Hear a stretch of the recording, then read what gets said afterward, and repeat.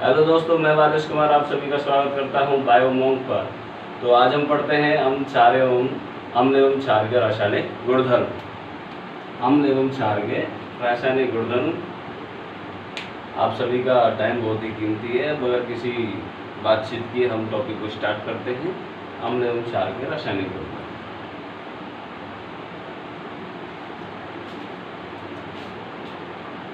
अम्ल एवं क्षार के रासायनिक गुणधर्म।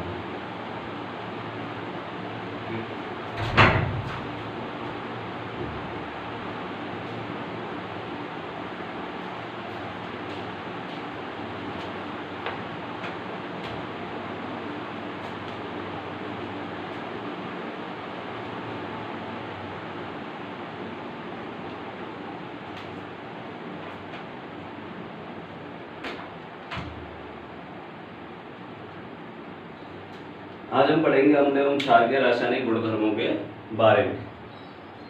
तो सबसे पहले हम आते हैं प्रयोगशाला में अम्ल एवं क्षार। प्रयोगशाला लेबोरेटरी में, प्रयोगशाला में अम्ल एवं क्षार। प्रयोगशाला में अम्ल एवं क्षार। देखिए भाई, प्रयोगशाला में विभिन्न प्रकार के अम्ल होते हैं। विभिन्न प्रकार के अम्ल होते हैं। कौन कौन से होते हैं? जैसे HCl हो गया आपका, hydrochloric acid, H2SO4, sulphuric acid, HNO3 जिसे बोलते हैं नाइट्रिक एसिड। और कौन सा हो गया? HCl, H2SO4, HNO3, HNO2 या फिर एसिटिक एसिड CH3COOH। ये सभी क्या होते हैं भाई? अम्ल होते हैं। ये सभी क्या होते हैं? अम्ल। दूसरे होते हैं क्षार। क्षार क्या होते हैं? NaOH, sodium hydroxide, potassium hydroxide, calcium hydroxide. ये सभी क्या होते हैं भाई? क्षार होते हैं। तो इन सभी का हम परीक्षण करते हैं। परीक्षण करने के लिए हम 3 प्रकार के सूचक होते हैं जिनके द्वारा हम अम्ल एवं क्षारकों का क्या करते हैं? परीक्षण करते हैं। पहले होते हैं प्राकृतिक सूचक। प्राकृतिक सूचक। प्राकृतिक सूचक। दूसरे होते हैं आपके संश्लेषित सूचक। संश्लेषित सूचक। और तीसरे होते हैं आपके गंधीय सूचक।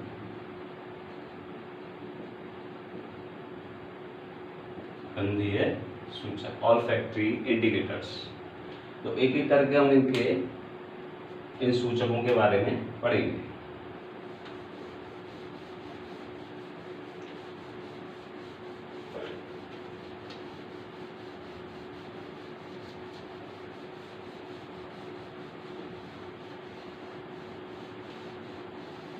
सबसे पहले आते हैं प्राकृतिक सूचकों के बारे में। प्राकृतिक सूचक होते हैं प्राकृतिक सूचक, नेचुरल इंडिकेटर्स। प्राकृतिक सूचक, नेचुरल इंडिकेटर्स। नेचुरल इंडिकेटर्स में क्या आते हैं आपके भाई? लिटमस पत्र आते हैं। क्या आते हैं? लिटमस पत्र। दूसरा क्या आता है? हल्दी, ठीक है, लाल पत्ता गोभी,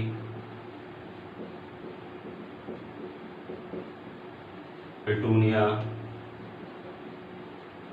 हाइड्रेजिनिया।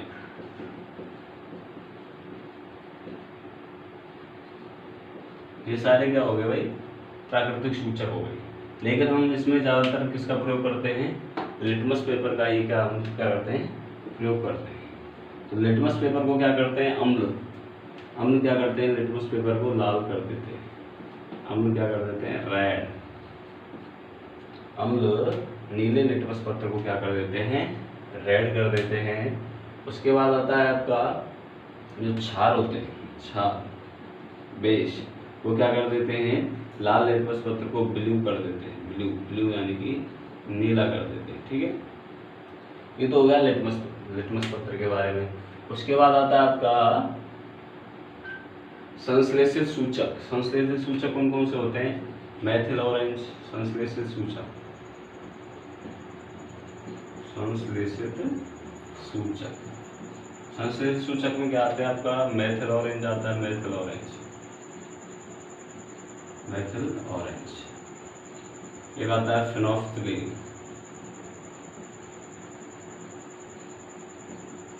ये क्या करते हैं भाई?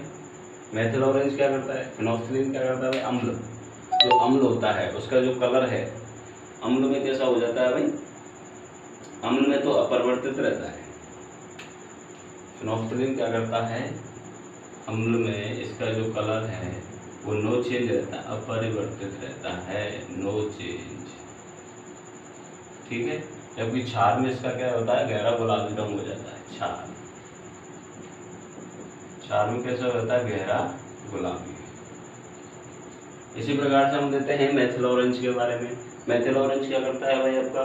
मेथिल ऑरेंज जो अम्ल होता है उसमें क्या होता है? लाल, और क्षार में कैसा हो जाता है? पीला।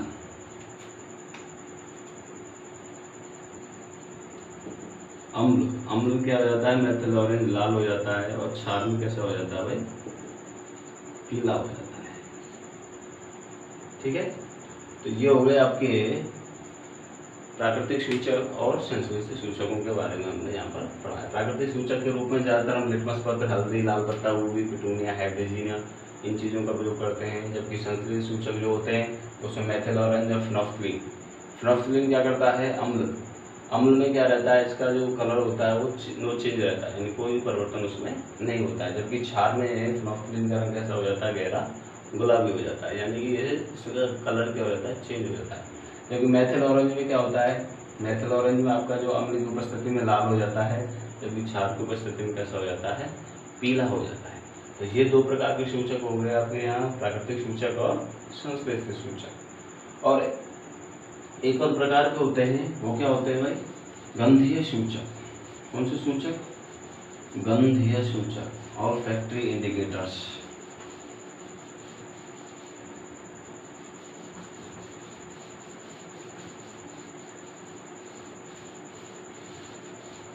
गंधीय सूचक। तीसरे आते हैं गंधीय सूचक, जिनकी गंध चेंज हो जाती है। गंधीय सूचक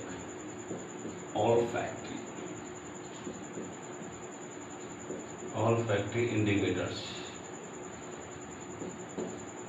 यानी कि ऐसे पदार्थ जिनकी गंध बदल जाती है, ऐसे पदार्थ जिनकी किसी माध्यम में गंध क्या आ जाती है?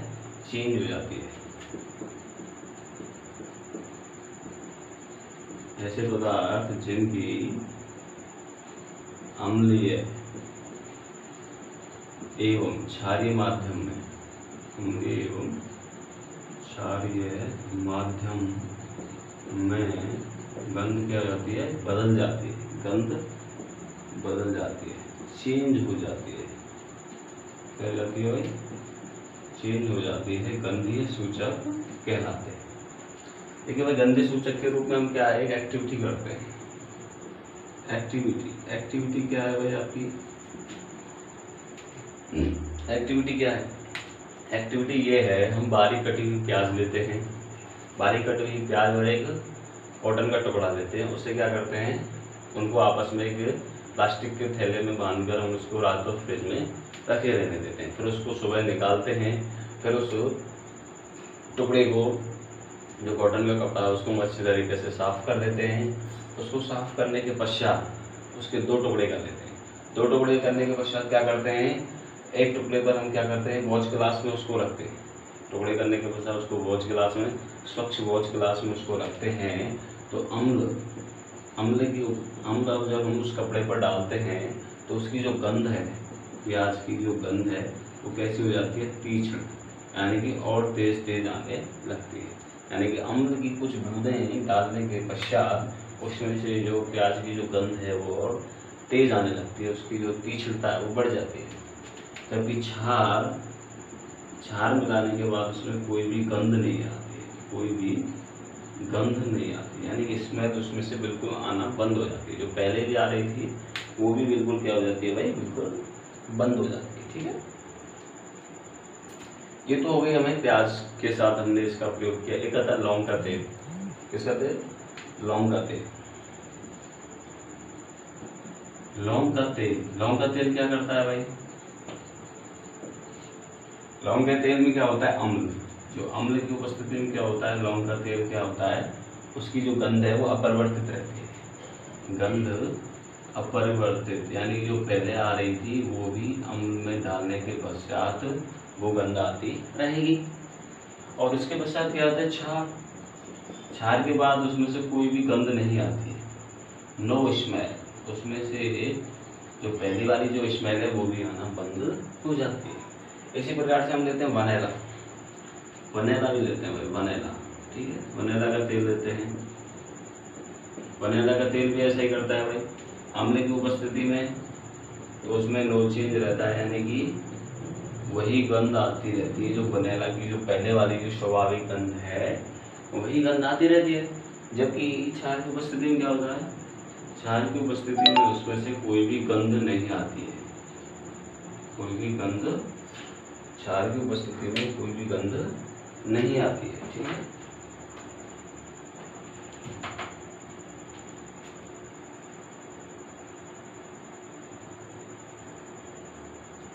क्षार की उपस्थिति में कोई भी गंध नहीं आती है। तो वनेला का तेल हो गया, लौंग का तेल हो गया, इसको ये क्या होते हैं? एक प्रकार के गंधे सूचक होते हैं। प्याज में क्या होता है? जैसे कि हम उसमें थोड़ा सा हम डालते हैं प्याज के जो रस का भीगा वो जो टुकड़ा है, जो कॉटन का कपड़ा है, उस पर हम जैसे ही हम लोग थोड़ा सा डालते हैं तो उसकी गंध क्या हो जाती है? और तेज आने लगती है। जबकि क्षार की उपस्थिति में कोई उसकी गंध भी, उसकी जो पहले वाली गंध होती है वो भी समाप्त हो जाती है। लौंग के तेल में क्या होता है? उसकी जो गंध होती है अम्ल की उपस्थिति में परिवर्तित रहती है, जबकि क्षार की उपस्थिति में उसमें से कोई भी गंध नहीं आती है। ऐसे ही वनेला का है, वनेला का तेल में क्या होता है? जो अम्ल है, अम्ल की उपस्थिति में जो वनेला की जो स्वाभाविक गंध है वो तो आती रहती है, लेकिन क्षार को मिलाने के पश्चात उसमें से कोई भी गंध नहीं आती, नो स्मेल। ठीक है, तो ये हमने पढ़े। यहाँ पर हमने 3 प्रकार के सूचक, पहला प्राकृतिक सूचक, दूसरा संश्लेषित सूचक जैसे फिनोल्फ्थालीन और मेथिल ऑरेंज, तीसरा गंधी सूचक। तो आई होप कि ये तुम्हें समझ में आ गया होगा। ठीक है, तो आगे चलते हैं। अब हम अम्ल एवं क्षारक धातु के साथ किस प्रकार अभिक्रिया करते हैं? धातुओं के साथ, अम्ल एवं क्षारकों की धातुओं के साथ अभिक्रिया।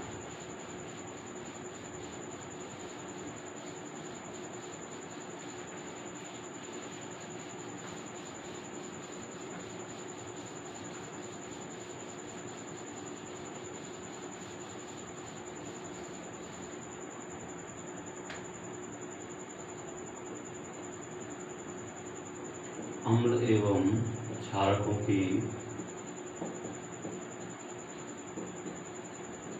धातुओं, मेटल्स के साथ अभिक्रिया।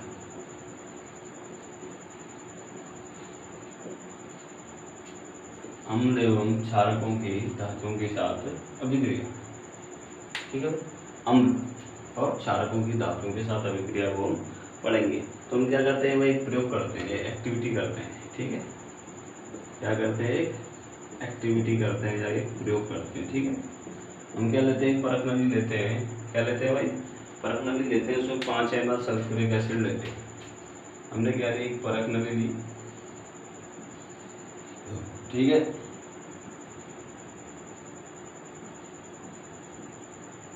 इसको हमने क्या है? स्टैंड पे कस दिया। ठीक है, इसमें हमने क्या लिया? 5 ml sulphuric acid, 5 ml, 5 ml यानी लीटर सल्फ्यूरिक एसिड यानी कि H2SO4। ठीक है भाई, इस पर एक क्या लगाते हैं? एक कॉर्क लगा देते हैं, इसमें से एक नली निकाल देते हैं। ठीक है, नली का संपर्क किससे कर देते हैं?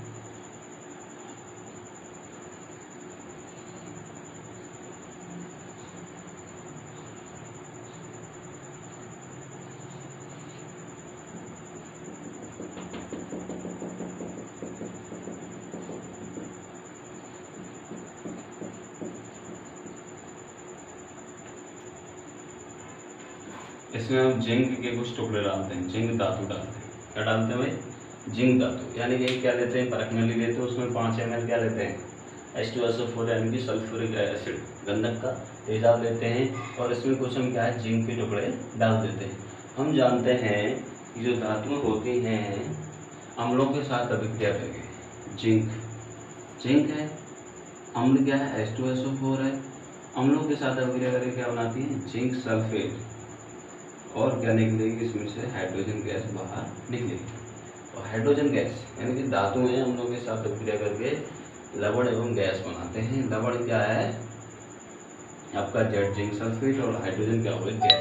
और ये क्या है हाइड्रोजन गैस, जब इसे कोई मोमबत्ती के पास ले जाते हैं तो इसमें से फटफट की आवाज़ निकलती है। इससे क्या सिद्ध होता है कि धातुएं अम्लों के साथ अभिक्रिया करके हाइड्रोजन गैस उत्सर्जित करती है।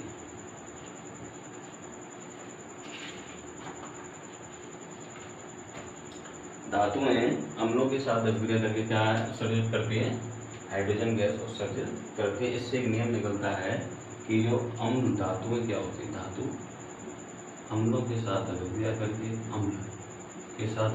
क्या बनाती है लवण प्लस हाइड्रोजन गैस इसमें से बाहर निकलती है। ठीक है, इसी प्रकार से एक और अभिक्रिया होती है आपकी, एक परख नली लेते हैं उसमें ये कुछ क्या डालते हैं 2 ml सोडियम हाइड्रोक्साइड डालते हैं। एक परख नली दी, अब इसमें H2SO4 की जगह क्या डाल देंगे हम, H2SO4 की जगह क्या डालेंगे सोडियम हाइड्रोक्साइड। ठीक है, 2 ml सोडियम हाइड्रोक्साइड यानी कि NaOH। ठीक है, अब इसमें से भी हाइड्रोजन गैस निकलेगी। ठीक है, 2 NaOH सोडियम हाइड्रोक्साइड, ये क्या होता है भाई लिक्विड होता है। क्या होता है भाई लिक्विड होता है, कुछ होता है 2 NaOH। और इसमें क्या डालते हैं जिंक, इससे क्या बनेगा sodium zincate Na2 sodium zincate Na2ZnO2 sodium zincate बनता है और हाइड्रोजन गैस इसमें से क्या निकलती है भाई बाहर निकलती है। ठीक है, यानी लेकिन सभी धातुएं ऐसा काम नहीं करती, यानी कि जो हाइड्रोजन गैस जिंक धातु के साथ निकल रही थी वो भी क्षारों के साथ अभिक्रिया करके ये हो गया भाई सोडियम हाइड्रोक्साइड होगा, ये हो गया जिंक, ये बनेगा सोडियम जिंकेट। क्या बनेगा सोडियम जिंकेट, इसको क्या बोलते हैं sodium zincate. Sodium zincate hydrogen gas इसमें से बाहर निकलती है। लेकिन सभी धातुएं क्षारों के साथ अभिक्रिया करके हाइड्रोजन गैस नहीं निकालती। ये कुछ ही विशिष्ट धातुएं होती हैं जो कि क्षारों के साथ अभिक्रिया करके हाइड्रोजन गैस बाहर निकालती हैं। तो हमने पढ़ा कि अम्ल एवं क्षारों के साथ धातुओं की अभिक्रिया किस प्रकार से होती है। पहला उदाहरण हमने क्या लिया, जिंक की अभिक्रिया सल्फ्यूरिक एसिड के साथ कराते हैं तो जिंक सल्फेट और हाइड्रोजन गैस बाहर निकलती है। और हाइड्रोजन गैस कैसी होती है भाई ज्वलनशील होती है। जैसे इसके बाद मोमबत्ती ले जाते हैं तो फटफट की आवाज़ के साथ क्या होती है जलने लगती है। दूसरा प्रयोग हमने क्या किया, इसमें हमने जिंक ले लिया, वही लिया जिंक, लेकिन उसकी जगह हमने क्या लिया सोडियम हाइड्रोक्साइड लिया। लेकिन सोडियम हाइड्रोक्साइड जिंक के साथ अभिक्रिया करके क्या बनाता है सोडियम जिंकेट और हाइड्रोजन गैस बाहर निकलती है। यहाँ तक अगर किसी स्टूडेंट्स को कोई समस्या है तो आप बता सकते हैं। Do any problems, yes and no, loud and clear, no. तो आगे बढ़ते हैं। तो हमने पढ़ लिया अम्ल एवं क्षारों की धातुओं के साथ अभिक्रिया। आगे देखते हैं धातु कार्बोनेट और धातु हाइड्रोजन कार्बोनेट्स के साथ अम्ल एवं क्षारों की अभिक्रिया।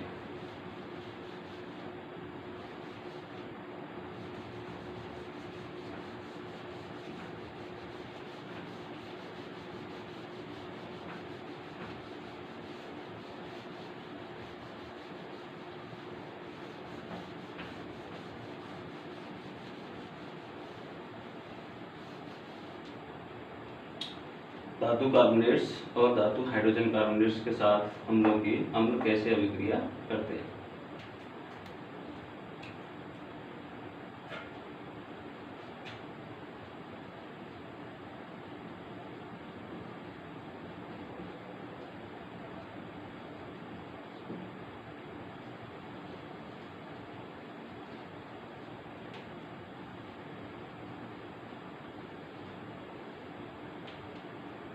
के साथ अम्लों की अभिक्रिया। धातु कार्बोनेट्स और धातु हाइड्रोजन कार्बोनेट्स के साथ हम लोग की विक्रिया के बारे में हम यहाँ पर पढ़ेंगे।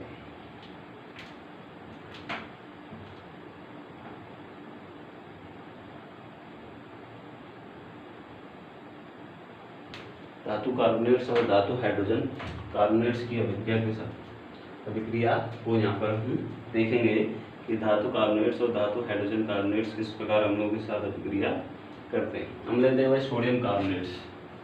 पहले लेते हैं धातु कार्बोनेट्स की अम्लों के साथ अभिक्रिया। धातु कार्बोनेट्स के रूप में हम क्या लेंगे, सोडियम कार्बोनेट, इसे बोलते हैं Na2CO3।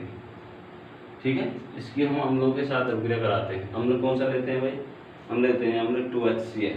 क्या लेते हैं, 2HCl लेते हैं, 2HCl। ठीक है, ये इसके साथ अभिक्रिया करके क्या बनाएगा, 2NaCl, 2NaCl ये होगा आपका सॉलिड प्लस H2O प्लस और क्या बनेगा भाई, और इसमें से CO2 गैस बाहर निकलेगी। ठीक है, कार्बन डाइऑक्साइड इसमें से बाहर निकलेगी। क्या बना, सोडियम कार्बोनेट हो गया। तो क्या हो गया भाई, sodium carbonate.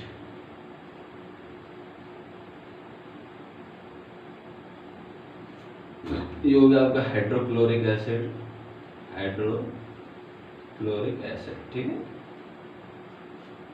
Sodium carbonate hydrochloric acid के साथ अभिक्रिया करके क्या बनाता है, सोडियम क्लोराइड, यानी कि ये हो गया नमक। ठीक है, ये आपका हो गया जल और ये हो गया आपकी कार्बन डाइऑक्साइड। तो धातु कार्बोनेट्स क्या होते हैं, हम लोग के साथ अभिक्रिया करके नमक यानी कि सॉल्ट बनाते हैं, लवण बनाते हैं। क्या बनाते हैं भाई, लवण। नमक क्या है, लवण है, जल और कार्बन डाइऑक्साइड गैस बाहर निकलती है।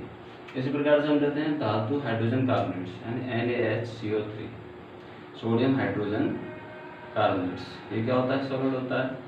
ये आपका 2HCl हो गया, हाइड्रोक्लोरिक एसिड, ये एक्वस सॉलिड फॉर्म में होता है, और ये आपका बनाएगा 2NaCl plus H2O plus CO2 इसमें से बाहर निकलती है। तो वही प्रोसेस भी इसमें होती है। इसमें बनता है NaCl, सिंगल NaCl बनता है। ठीक है, हम देते हैं इसमें HCl केवल। ठीक है, NaCO3 सोडियम हाइड्रोजन कार्बोनेट्स से बोलते हैं baking soda, sodium hydrogen carbonates.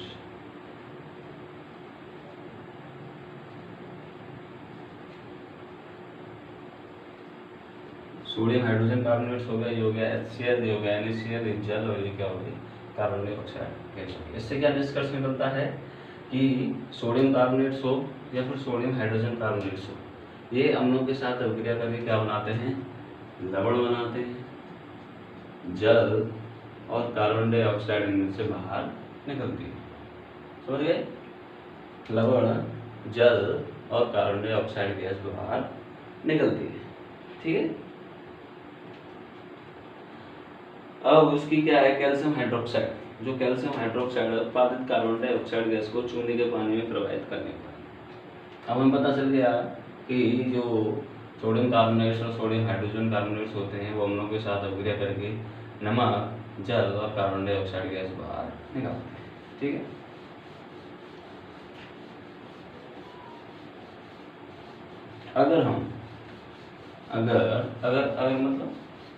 अगर हम कैल्शियम हाइड्रोक्साइड के साथ CO2 की एक्सेस यानी CO2 की अधिक मात्रा की अभिक्रिया करवाते हैं कैल्शियम हाइड्रोक्साइड के साथ। ठीक है, हो गया कैल्शियम हाइड्रोक्साइड या भुजा हुआ चूना, इसे बोलते हैं भुजा हुआ चूना। ये क्या हो गया, एक्वस सॉल्यूशन, और इसमें क्या है CO2 मात्रा, अत्यधिक मात्रा में CO2 गैस को प्रवाहित कराते हैं तो क्या बनेगा, कैल्शियम हाइड्रोजन कार्बोनेट बनेगा, कैल्शियम कार्बोनेट बनेगा और H2O गैस बाहर निकलेगी। कैल्शियम कार्बोनेट CaCO3 और प्लस H2O, जल इसमें से क्या निकलेगा भाई, बाहर निकलेगा। कैल्शियम कार्बोनेट क्या होगा, सॉलिड।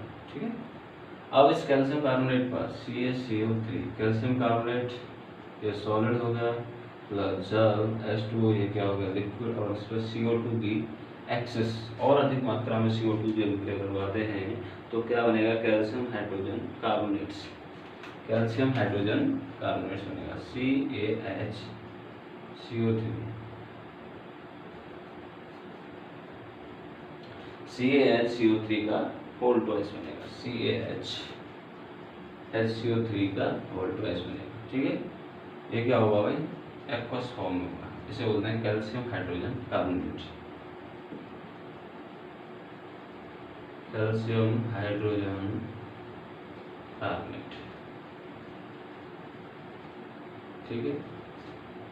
ये बनता है आपका कैल्शियम हाइड्रोजन कार्बोनेट्स बनता है, यानी कि चूना पत्थर हो गया, खड़िया हो गया, संगमरमर हो गया, कैल्शियम कार्बोनेट्स के विविध रूप हैं। यानी कि ये जो कैल्शियम कार्बोनेट्स के विविध रूप हैं, जैसे कि चूना पत्थर, लाइमस्टोन, मार्बल, ये सब क्या है, कैल्शियम कार्बोनेट्स के क्या है, विभिन्न रूप है। तो इन चीज़ों के बारे में हम पढ़ते हैं। अतः सभी धातु क्या करते हैं, धातु कार्बोनेट्स एवं हाइड्रोजन कार्बोनेट्स अम्लों के साथ अभिक्रिया करके संगत लवण बनाते हैं। अम्ल संगत लवण जल और कार्बन डाइऑक्साइड बाहर निकालते हैं। तो आगे हम पढ़ेंगे अम्ल एवं क्षारक परस्पर कैसे अभिक्रिया करते हैं।